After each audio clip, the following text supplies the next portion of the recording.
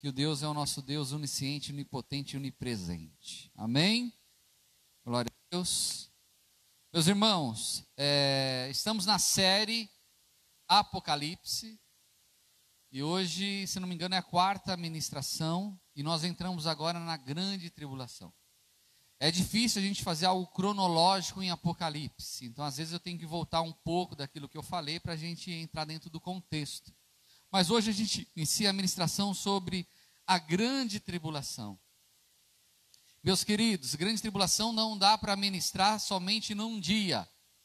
Então provavelmente nós teremos 3 partes na grande tribulação. Hoje eu quero fazer um panorama geral da grande tribulação, quando vai acontecer, por que vai acontecer, o que vai acontecer com a igreja. Então hoje é só um panorama, é só para aguçar-nos para os próximos para as próximas ministrações. Volto a falar, não é o meu intuito nesse seminário exaurir o estudo de Apocalipse, é quase impossível, faz mais de 2000 anos que estão discutindo, ok? Eu estudo já faz algum tempo escatologia. Nesses últimos tempos, devido a tudo que está acontecendo no mundo, a gente tem me aprofundado um pouco mais, e algumas concepções minhas do passado têm sido reformuladas, e hoje é um dia que eu reformulei, dessa ministração da grande tribulação, reformulei também algumas coisas, e eu gostaria de compartilhar com os amados irmãos, amém? Glória a Deus. O texto-chave dessa mensagem é Mateus. Ô Dani, se você conseguir colocar essas 3 luzes aqui, já me ajuda, tá? Não precisa ser as demais não, pode ser só essas 3. Amém? Compartilhe a mensagem, filhos. Compartilhe aí no grupo do WhatsApp, no Facebook. Amém? Estamos aqui na labuta de nós melhorarmos ainda mais a transmissão, pois eu cremos que já tínhamos há bom tempo, né? E agora veio para ficar de vez. Então nós queremos oferecer o melhor para as pessoas que estão nos vendo, não só os irmãos da igreja, mas muitos visitantes, ok? Mateus 24, no verso de número 15 ao verso de número, Mateus 24, verso de número 15 ao verso de número 22, ok? 15, isso, ao verso de número 22. Mateus 24, ele é um capítulo apocalíptico, escatológico, né? Fala dos últimos acontecimentos, e foi o próprio Senhor Jesus Cristo que nos falou. Então, se a gente estudar o Mateus 24, ele vai percorrer a Bíblia inteira. Versículos ligados do Antigo Testamento, lá em Apocalipse, a gente pode ir para o Evangelho de João. Meus irmãos, é uma viagem dentro da Bíblia, a escatologia.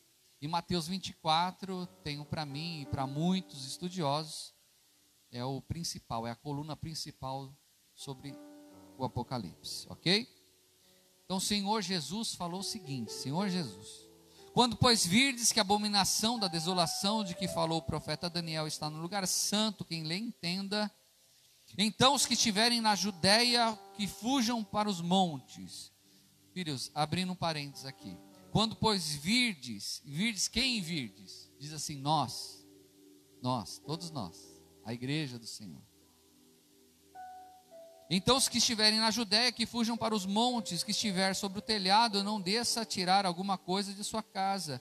E quem estiver no campo, não volte atrás a buscar as suas vestes. Mas ai das grávidas e das que amamentam naqueles dias. E orai para que a vossa fuga não aconteça no inverno, nem no sábado. Porque haverá então grande aflição, como nunca houve desde o princípio do mundo até agora, nem tampouco haverá jamais. E se aqueles dias não fossem abreviados, nenhuma carne se salvaria, mas por causa dos escolhidos, e assim, eu sou escolhido do Senhor, serão abreviados aqueles dias. Então, se alguém vos disser, eis que o Cristo está aqui ou ali, não lhe deis crédito, porque surgirão falsos cristos e falsos profetas, e farão tão grandes sinais e prodígios, que, se possível fora, enganaria até os escolhidos. Oremos. Eterno Deus, amado Pai, Irei ministrar nesse momento a tua santa e poderosa palavra. Importa que eu diminua e o Senhor cresça. Importa que nesse instante a tua palavra seja ministrada da maneira que tu bem deseja. Eterno Deus e amado Pai, eu peço ao Senhor a tua graça, a tua bondade e a tua misericórdia. Que o Seu Santo Espírito possa trazer na minha memória aquilo que eu devo falar à tua igreja. Querido Deus, que eu possa ter em mim esse temor e o tremor de ministrar a tua palavra, não da maneira que eu desejo, na maneira que tu bem deseja. Eu te peço e agradeço em nome de Jesus. Amém. Meus queridos, eu tinha um entendimento de que a igreja ela seria arrebatada antes da grande tribulação. Mas pastor, por que o senhor mudou o seu entendimento? Será que não dá para voltar atrás? Eu queria muito voltar atrás. Eu queria muito realmente ter a garantia que a igreja seria arrebatada antes. Mas como eu já falei nas ministrações anteriores, o conceito de igreja ser arrebatada no pré-tribulacionismo vem a partir do ano de 1830, ou seja, 1829 até o ano zero, até o nascimento após a ascensão de Cristo. A igreja primitiva, os patriarcas, a igreja da Idade Média, todo mundo sempre creu na igreja ser arrebatada após a grande tribulação. E quando a gente analisa os versículos que daria assim uma garantia para afirmar que a igreja seria arrebatada antes, ela é refutada no seu contexto. Quando a gente lê o contexto, a gente vê que não é bem aquilo que a gente pensava. Cabe a nós, aquele que estuda a palavra do Senhor, ter a humildade para reconhecer quando errou e quando não aprendeu direito. E aí cabe a eu, como pastor, eu falar para o povo aquilo que o entendimento que o Senhor tem me dado e que eu acho que é correto. E filhos, e há sim um perigo no pré-tribulacionismo. Por que há um perigo no pré-tribulacionismo? Há um perigo porque o anticristo, a palavra fala, como nós acabamos de ler, que quando nós vermos esse anticristo assentado ou no grande templo ou lá no muro das lamentações declarando que é Deus, é para a gente fugir. Não é isso? Ah não, isso daqui só está falando para os judeus. Não, em Cristo não tem mais judeus, não tem grego, não tem gentios, todos são de Jesus agora. Então vai ter um período da grande tribulação que nós vamos ter que fugir. E mais para quem crê que a igreja vai ser arrebatada antes, não vai estar preparado. Você concorda comigo? Vai ficar aguardando, não. O anticristo só vai aparecer quando eu for arrebatado, então que fique aqui que dê um jeito. Então a verdade, meus irmãos, que a igreja há de passar. Será que essa igreja da atualidade? Não sei. Mas e aí, pastor, lá no fundo da sua alma? Eu acho que sim. Mas e aí, o que você deseja? Não desejo nada, eu desejo estar com o meu nome escrito no livro da vida e conseguir, pela misericórdia dele, nós conseguirmos estar na eternidade com o Pai. Então a grande tribulação, meus queridos, quem que falou da grande tribulação? Quem foi a pessoa principal que falou da grande tribulação? O próprio Senhor Jesus. Acabamos de ler Mateus 24, 21, porque haverá então grande aflição como nunca houve desde o princípio do mundo até agora, nem tampouco haverá jamais. Não vai ser uma simples tribulação, vai ser a tribulação. Como o artigo faz toda a diferença, é como as mulheres falam assim para os vossos maridos: eu preciso comprar a bolsa. Não é uma bolsa qualquer. Eu preciso comprar o sapato. Não é um sapato qualquer. Não é uma simples tribulação. Mas pastor, nós tivemos já na humanidade situações terríveis. Tivemos ou não tivemos na história? A Primeira Guerra Mundial, a Segunda Guerra Mundial. Meus queridos, a Segunda Guerra Mundial, só de judeus foram mortos mais de 6 milhões de judeus. Foi algo terrível, terrível. Mas a palavra nos fala, e o Senhor Jesus nos falou que essa grande tribulação, ela será pior do que todas elas. Quem mais falou sobre a grande tribulação? Meus irmãos, há um sinônimo para a grande tribulação no Antigo Testamento, que é o dia do Senhor. Toda vez que você vê no Antigo Testamento fala o dia do Senhor ou o dia do juízo, ele está falando, fazendo referência à grande tribulação. Sabe o que acontece com isso? Em todos os profetas fala sobre a tribulação. Quer ver comigo? Os irmãos tiverem dificuldade em abrir, o nosso irmão Marcelo vai estar colocando aí nos comentários, tá? Ezequiel 30, verso de número 3. Vamos lá em Ezequiel. Aleluia. Capítulo de número 30, verso de número 3, que diz assim: porque está perto o dia, sim, está perto o dia do Senhor, dia nublado, o tempo dos gentios, ele será. Quem são os gentios? O dia do Senhor.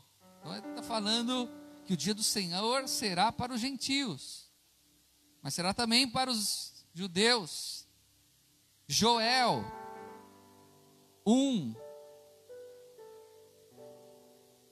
verso de número 15. Olha que interessante, meus amados. Como na Bíblia a gente consegue viajar dentro dela. Conseguimos, depois de Daniel, Oséias, Daniel. Joel, capítulo número 1, verso de número 15.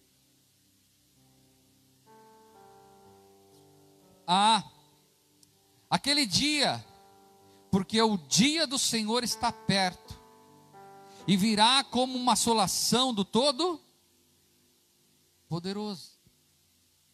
Amós,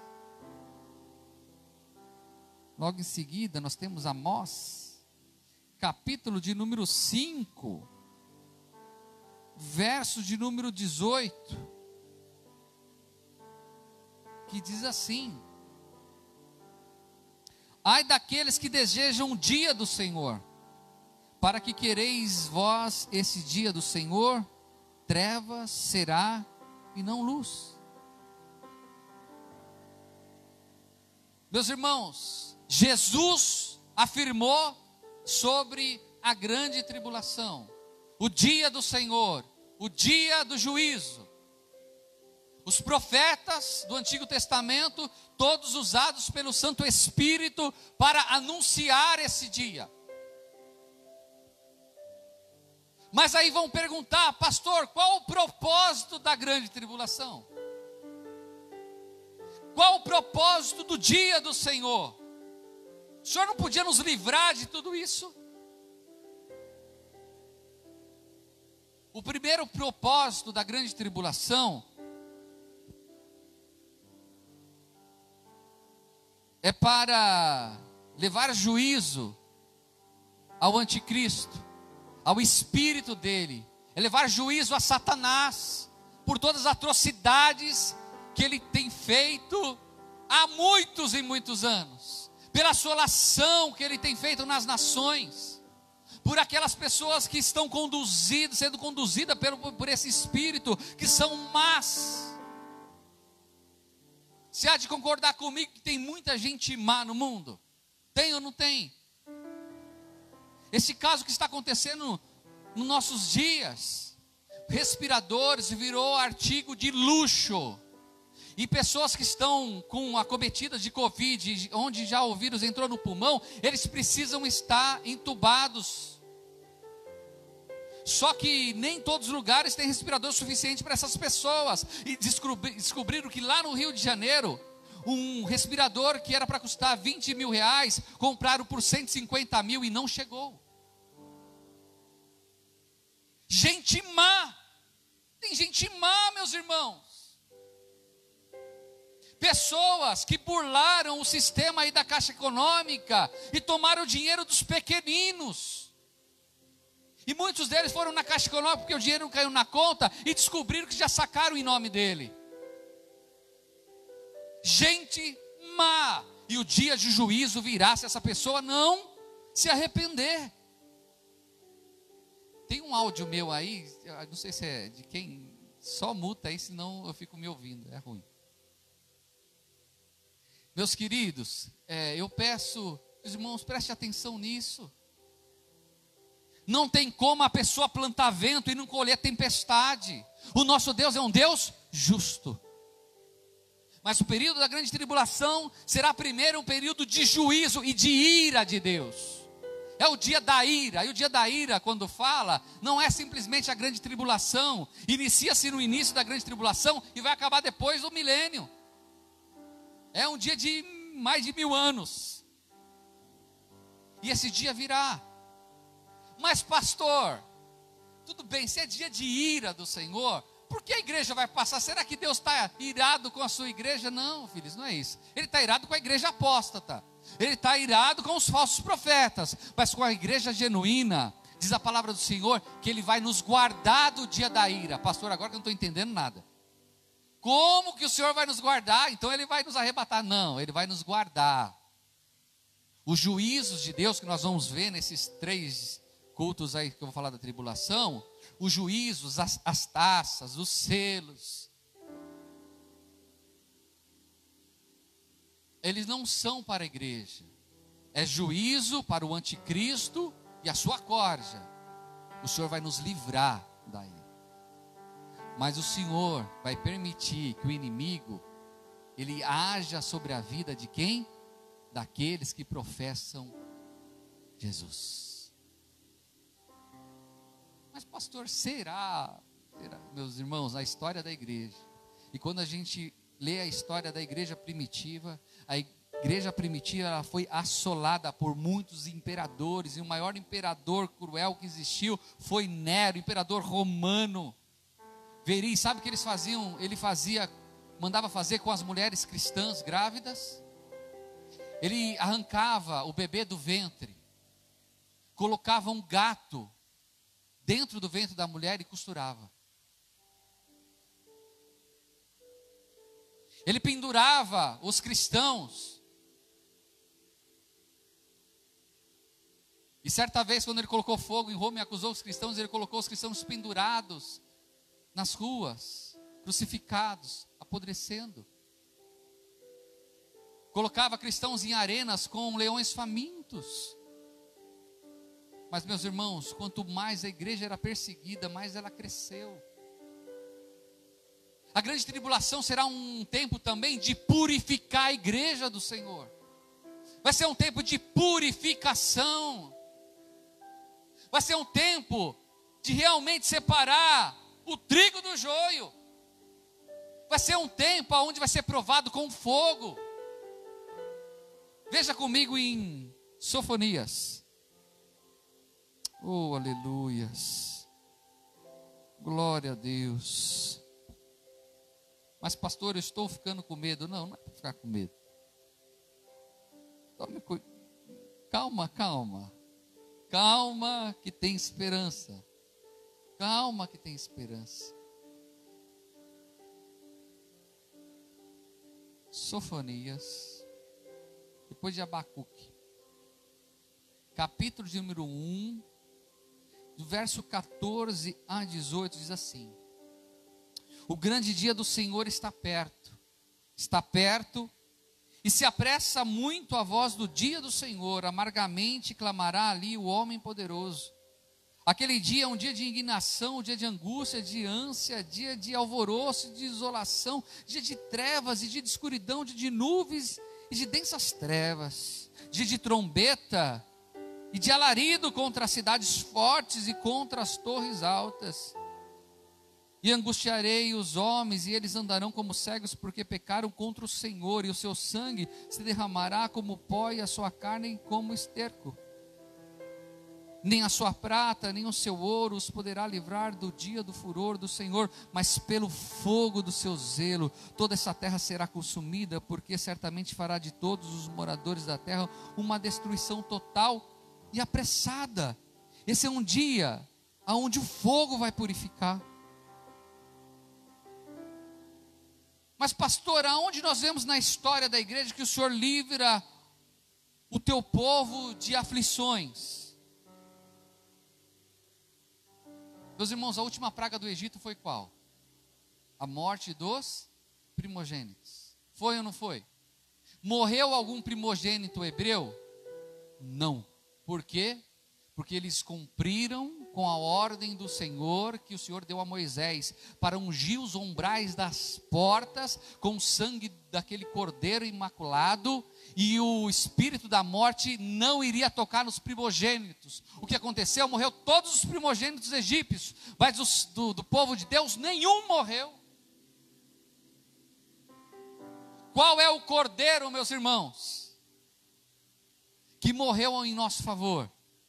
Quem foi? Jesus Cristo. Então os juízos, meus irmãos,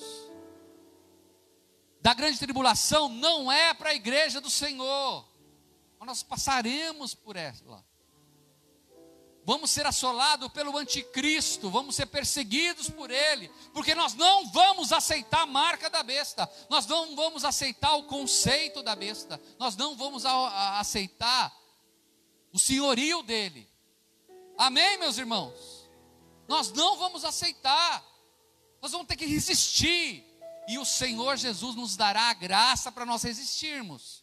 O Espírito Santo nos encherá, e diz os estudiosos, e eu creio nisso, que a grande tribulação será um tempo de grande avivamento da igreja fiel ao Senhor. Será uma igreja de salvação. Será uma igreja realmente que nós seremos cheios dele para suportar os dias maus. Ainda fugidos, ainda que tenhamos que fugir, ainda que tenhamos que nos esconder, nós vamos estar cheios da presença do Pai. Oh, aleluia. 1 Pedro, Sofonias fala sobre a ira sobre o anticristo, e fala a ira sobre o maligno e sobre aqueles que o seguem. Para a igreja, purificação é outro versículo, perdão, meus irmãos, é 1 Pedro, oh, aleluia, 1 Pedro, capítulo de número 1,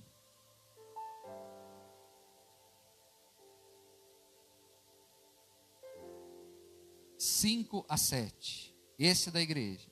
E que mediante a fé estáis guardados na virtude de Deus, para a salvação já preste para se revelar no último tempo, em que vós grandemente vos alegrais, ainda que agora importa, sendo necessário que estejais por um pouco contristado com várias tentações. Verso 7, para que a prova da vossa fé, muito mais preciosa do que o ouro que perece e é provada pelo fogo, se ache em louvor e honra e glória na revelação de Jesus Cristo. Para que a prova da vossa fé é muito mais preciosa do que o ouro que parece prova do fogo, que se ache em louvor e honra e glória na revelação de Jesus Cristo. Então a igreja será aprovada, e eu creio que será aprovada, será purificada. Pastor, qual que é a duração da grande tribulação? Daniel. Oh, aleluia. Daniel, capítulo de número 9. Pastor, mas a gente vai ter que percorrer a Bíblia. Temos que percorrer a Bíblia. Daniel. Oh, aleluia. Capítulo de número 9. Mas pastor, por que a gente tem que percorrer a Bíblia? Por que tem que ser algo que a gente tem que ir para lá e para cá? Pois existe um mover profético, meus irmãos. Existe mistérios dentro da Bíblia que tem que ser revelado, e a palavra fala que aos sábios ele trará o entendimento. Por isso que a gente tem que estudar a Bíblia. Por isso que a gente não pode ficar ao léu. Daniel, após ele fazer aquela consagração de 21 dias orando, intercedendo, o Senhor revelou muitas coisas a ele. A consagração dele, o temor a ele, fez o Senhor trazer a revelação a ele de situações que aconteceriam na época dele e situações que aconteceriam muito depois. E ele fala sobre essa época da grande tribulação. Daniel, capítulo número 9, 24 em diante. 70 semanas estão determinadas sobre o teu povo e sobre a tua santa cidade, para extinguir a transgressão e dar fim aos pecados. Olá, purificação, e expiar a iniquidade, trazer a justiça eterna, e selar a visão e a profecia, e ungir o santo dos santos.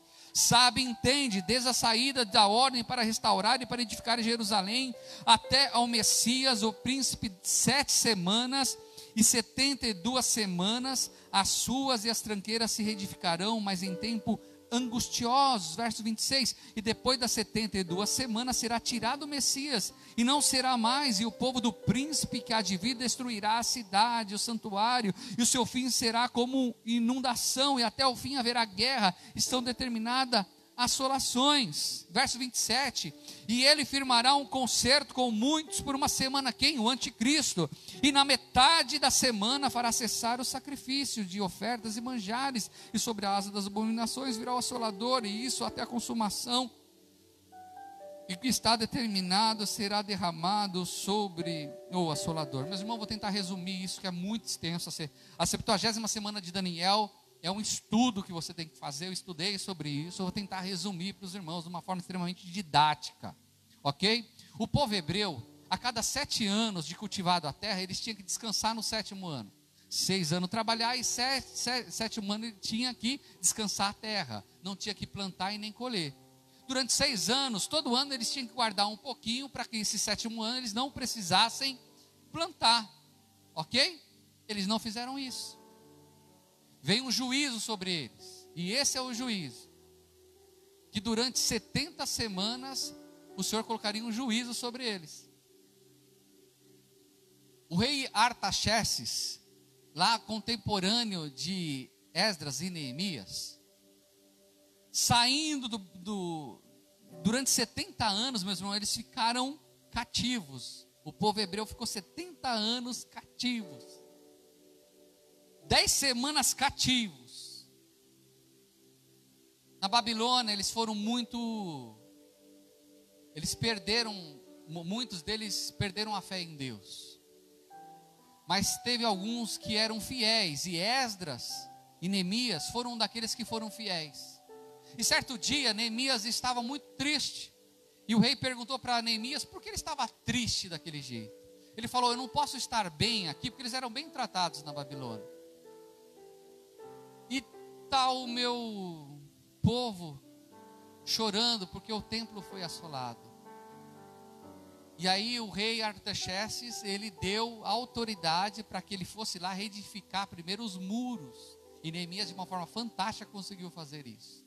A partir desse instante, até o nascimento de Cristo, se passou quanto? 69 semanas. Cada semana são 7 anos, 483 anos. E sabe o que é o espantoso, irmã Veri? Sabe qual é o espantoso? Que a data da autorização até o nascimento de Cristo deu exatamente 483 anos. Falta agora a última semana, a 70ª semana de Daniel, que é de quanto? 7 anos. Por isso 7 anos. Fala que é uma dispensação. Agora os pré-tribulacionistas vão falar que é uma dispensação para o povo hebreu. Não, agora em Cristo não tem mais hebreu, não tem mais servo, só existe um povo, a igreja, só existe o povo de Deus. 7 anos. E esses 7 anos será dividido em 2 partes: 3 anos e meio e 3 anos e meio. O primeiro 3 anos e meio, meus irmãos, será o surgimento do anticristo. Em Apocalipse diz o seguinte, 6, verso de número 2. Quem está compreendendo aqui? Vocês estão compreendendo, meus irmãos? Para ser profundo, aí é só realmente no curso de escatologia. Mas minha ideia, como eu te falei, é só alertar os irmãos. Apocalipse capítulo número 6, verso de número 2. E olhei, eis que um cavalo branco que estava sentado sobre ele tinha um arco, e foi-lhe dado uma coroa, e saiu vitorioso para vencer. Este não é Jesus. O cavaleiro do cavalo branco, que é Jesus, é lá no capítulo 19. Nesse capítulo é o anticristo, que depois desse cavalo branco vem o preto, vem o vermelho e assim por diante. Mas ele sai para vencer. Meus irmãos, tenham para mim, E nós estamos no princípio dos sinais da vinda de Cristo, como eu ministrei. Nós estamos nos princípios das dores. Nós estamos num sofrimento muito grande. Mas ainda o coronavírus é só um ensaio para o que vai acontecer. Daqui a alguns anos vai acontecer coisas piores. E vai acontecer algo tão terrível, seja uma pandemia, seja uma guerra mundial, seja um meteoro, eu não sei o que vai acontecer, mas vai acontecer um caos mundial. Outrora, antes da pandemia do coronavírus, a gente achava isso que era maluquice, mas hoje a gente vê que é possível. Imagine uma crise mundial, uma guerra mundial. Depois dessa guerra mundial, vários e vários países numa decadência terrível, vários e vários países com a economia abalada, vários e várias economias, muitos passando fome. Aparece um grande líder mundial. E não só um líder mundial vai aparecer, como vai o falso profeta, que é a segunda besta, instruída pelo dragão, que é o demônio, irá ungí-los e capacitá-los para fazer maravilhas. Ele vai aparecer e falar o seguinte: eu tenho a solução para esse caos. Eu juntei agora com os 10 bilionários, multibilionários do mundo, e nós vamos neste momento dar dinheiro para todas as economias do mundo inteiro. Melhor, nós vamos fazer uma moeda única, vai ter um governo central e nós vamos resolver o problema. Nós vamos ter que marcar todo mundo como identificação, para que tenha direito aos bolsões de alimentação, que tenha direito a comprar e vender. Imagine nessa assolação, meus queridos, aparece um Messias. É um contexto como esse que aparece o anticristo. Meus irmãos, somente aqueles que estão firmados em Jesus, aqueles que têm a sabedoria do Espírito Santo, que vão poder falar: este não tem nada de Messias, não tem nada de bom. Tenho para mim, meus irmãos, que é muito triste que eu vou falar, mas muitos líderes evangélicos vão reverenciá-lo. Muitos líderes evangélicos no mundo inteiro não vão ter o discernimento que aquele não é o Cordeiro de Deus, não é um homem ungido pelos céus, ele é ungido por Satanás.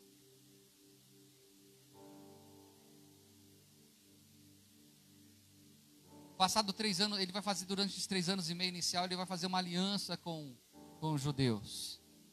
Tudo indica que ele vai conseguir fazer a paz entre os judeus e entre o povo muçulmano. Tudo indica também que o templo será reconstruído. Se não for reconstruído, vai ser algum templo aonde tanto os judeus quanto os muçulmanos vão falar que é um templo de Deus. Após 3 anos e meio, ele vai quebrar esse trato com os judeus. E os judeus vão ver que ele não é o Messias, ele é tudo mais menos o Messias nesse instante. Mas durante 3 anos e meio, eles vão reverenciá-lo como Messias, como desbravador que resolve todos os momentos, tudo. E nesses 3 anos e meio inicial, meus irmãos, vai ser um momento de aparente paz e prosperidade em abundância após uma grande catástrofe. Mas é nesse momento, se nós estivermos vivendo, que nós temos que perguntar. É nesse momento que nós devemos procurar refúgio. Pois ele vai perseguir, nesse primeiro momento ele vai perseguir, a igreja vai. Mas é nos últimos 3 anos e meio, nos 42 meses, essa segunda etapa que ele vai se enfurecer contra a igreja do Senhor e tudo que se chama Deus e todos que são de Deus. Ele não vai perdoar. Mas para aqueles que estão com ele, para os povos que estão junto e fazendo a vontade dele, para os povos que estão o adorando, vai ter tudo do bem e o melhor, uma grande Babilônia. Pastor, mas me fala aí, o que vai acontecer com a igreja nesse tempo? Vai ser perseguido, não falei? Mas e aí, a gente vai morrer? Vamos ver? Apocalipse 7, versos 9 ao verso número 14. Apocalipse 7, do verso 9 a 14, que diz assim, ó, Apocalipse 7, 9 a 14. João, em sua visão: depois dessas coisas olhei e eis aqui uma multidão a qual ninguém podia contar, de todas as nações e tribos e povos e línguas, que estavam diante do trono e perante o Cordeiro, trajando vestes brancas e com as palmas das suas mãos, e clamavam com grande voz, dizendo: salvação ao nosso Deus, que está sentado no trono, e ao Cordeiro.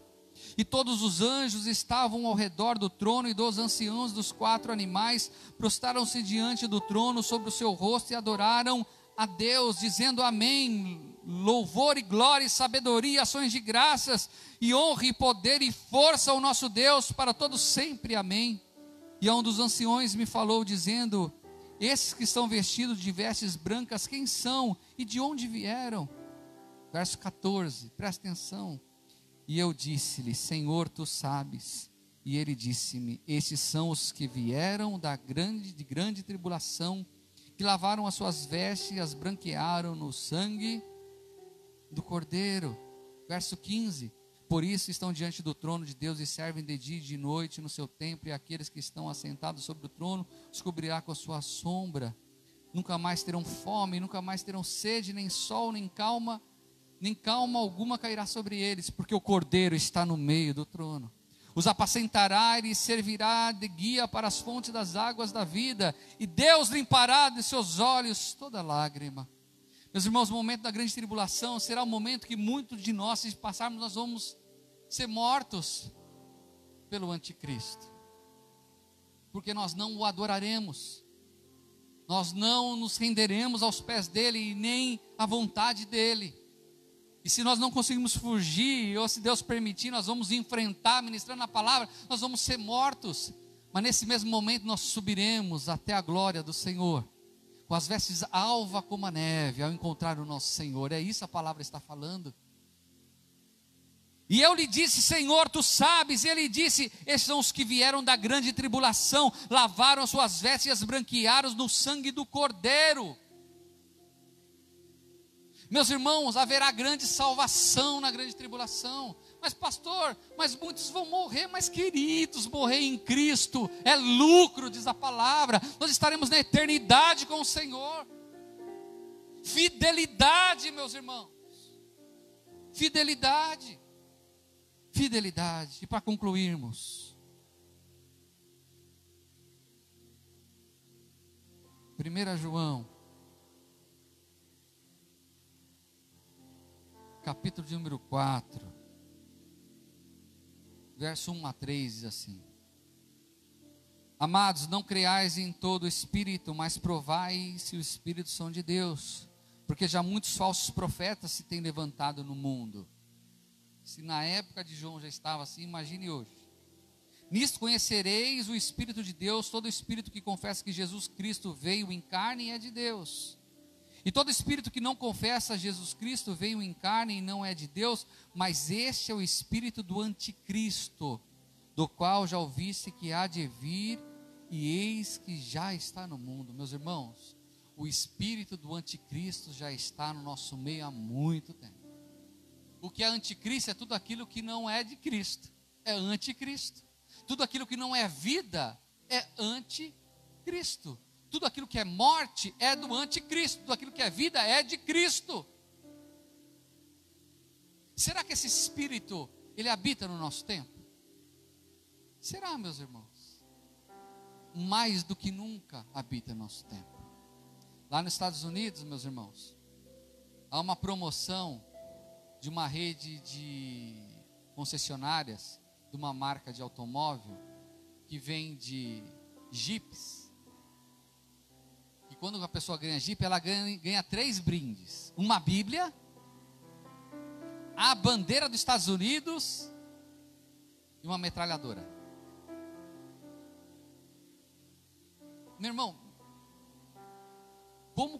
como a gente pode conciliar a palavra de Deus com uma arma? Como nós podemos conciliar a arminha para cima? Como nós podemos conciliar que bandido bom é bandido morto? Como podemos conciliar que essa gripe, esse Covid é só uma gripezinha? e fazer o que estão morrendo algumas pessoas. Domingo passado, quando nós estávamos lamentando a morte da nossa querida irmã Jacira, o presidente da República estava andando de cavalo. E sabe qual é o mais assustador de tudo isso? Não é ele fazer isso. O mais assustador de tudo isso é milhares de cristãos abaixarem para o senhorio dele. Ah, pastor, o senhor está exagerando. Não estou, não. Pode ver lá que reuniu-se muitos líderes evangélicos para orar pelo presidente. Mas eles não foram orar pelo presidente. Ali foi uma manobra para pressionar para as igrejas serem abertas, porque eles precisam do povo dentro da igreja, para que o povo dentro da igreja possa dar dinheiro a eles e para o reino deles. O espírito do anticristo já está no nosso meio. E tenta contrapor isso. Tenta falar, isso não é evangelho. Isso não é certo, é contra a vida. Bandido bom não é bandido morto, porque bandido bom é bandido convertido em Jesus e tem esperança. Quantos pastores e ministros do evangelho que nós conhecemos que foram alguma coisa? Imagine se tivessem sido mortos. Amém, meus irmãos? Quando nós conciliamos com isso, o espírito do anticristo já está em nós. É isso que as pessoas não estão entendendo.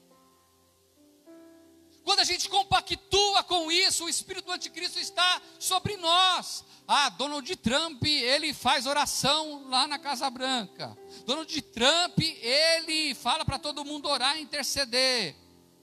Mas alguns anos atrás, muitos e muitos mexicanos, muitos da Venezuela, tentaram entrar nos Estados Unidos. Muitas mães, e quem é mãe sabe disso, estavam com seus filhos nas fronteiras dos Estados Unidos, querendo entrar, porque no seu país de origem a assolação estava muito grande. Sabe o que Donald Trump fez? Fecha, não entra ninguém. Mas tem crianças, tem bebês que estão morrendo. Não é problema nosso. Meus irmãos, vocês estão vendo aonde entra o espírito do anticristo? Vocês estão compreendendo? Se nós, meus irmãos, não agirmos como um cristão, um pequeno Cristo, se a nossa vida não seja uma vida para abençoar vidas, para estender a mão para o caído, para chorar com os que choram e se alegrar com os que se alegram, para nos compadecermos da dor daqueles que têm perdido seus entes queridos. São 1000 mortos por dia no Brasil. São 1000 mortos por dia. Agora tiveram uma solução para isso. Não vamos divulgar. É melhor não vamos divulgar. O presidente falou que não vai divulgar. Só vai divulgar à noite para a Globo não relatar. Como se isso fosse amenizar a dor daquele que perdeu um filho pelo coronavírus. Meus irmãos, isso é o espírito do anticristo. Por isso que a gente tem que estar jejuando e orando e atento e pedir sabedoria a Deus, para que quando o anticristo surja, nós tenhamos a sabedoria de não cair. Por isso a palavra fala que muitos, infelizmente, serão enganados, até os seus serão enganados.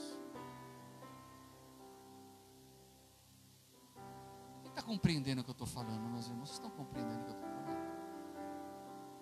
Eu quero ser o mais didático possível, pois a gente não pode olhar com o olhar das trevas, meus irmãos. A gente não pode fazer diferenciação da classe D, da classe A. Todo mundo é cidadão no Brasil e todo mundo tem a oportunidade de reconhecer Jesus Cristo como Salvador. Até o mais miserável pecador. Sabe por quê? Porque se Ele fez comigo e com você e nos perdoou, será que Ele não vai perdoar um sequestrador? Será que Ele não vai perdoar um homicida? Claro que perdoa. O sangue de Jesus purifica de todos os nossos pecados. Então nós não podemos descartar pessoas.